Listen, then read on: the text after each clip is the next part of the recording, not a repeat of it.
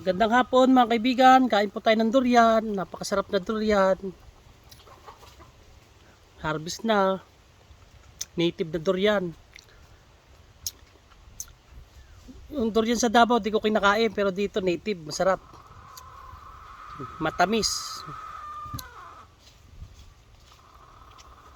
Yan, ito yung laman niya oh. Ito guys, yan. Napakasarap po ng durian na to. Yan. Itong durian na to ay ang laki ng laman. Ayan oh. Antioxidant po siya. Lalaki ng buto.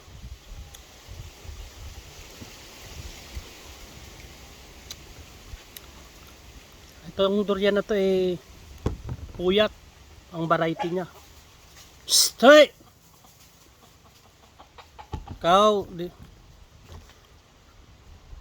Dati hindi ako nakain ng durian. Nung natikman ko, kasi yung masarap, malinamnam, tapos amoy sunata nga lang, amoy sunata. Alam niyo na ibig sabihin ng amoy sunata?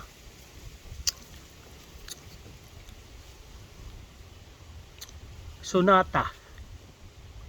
Bango. Ang technique pala nito para mawala ang amoy niya, ilalagay nyo sa rep ng 1 linggo. Katulad nito, nawala na yung amoy niya, naubos ng rep. So hindi na siya ganun ka tapang. Hindi siya ganun katapang na amoy. Ganda ng variety na to. Manila mahal to. Dito sa Quezon hindi nila kinakain yung mga durian kasi nga kakaiba daw. Kaya wala akong kaagaw dito.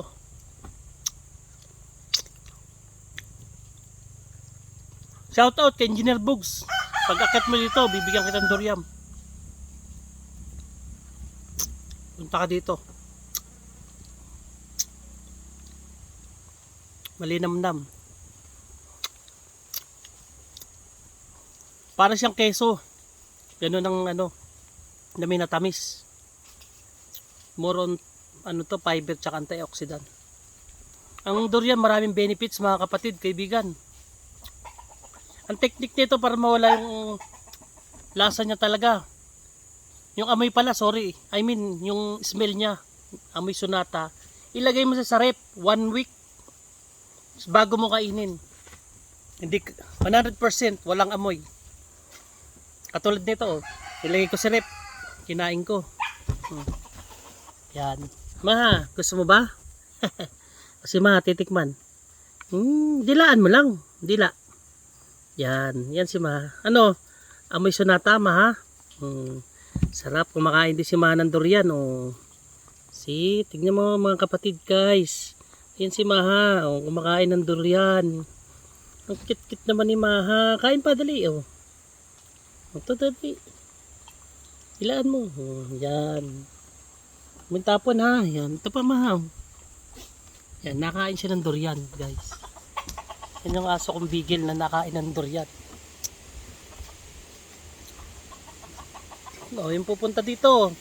Pumunta ka na kayo para makatikim kayo ng durian.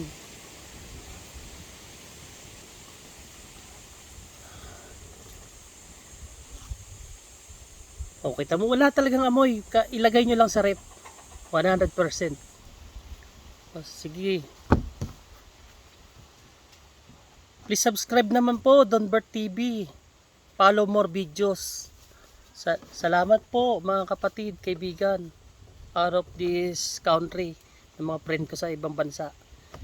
Ingat po kayo palagi. Magdasal sa Panginoong Diyos. God bless po. Ingat po kayo.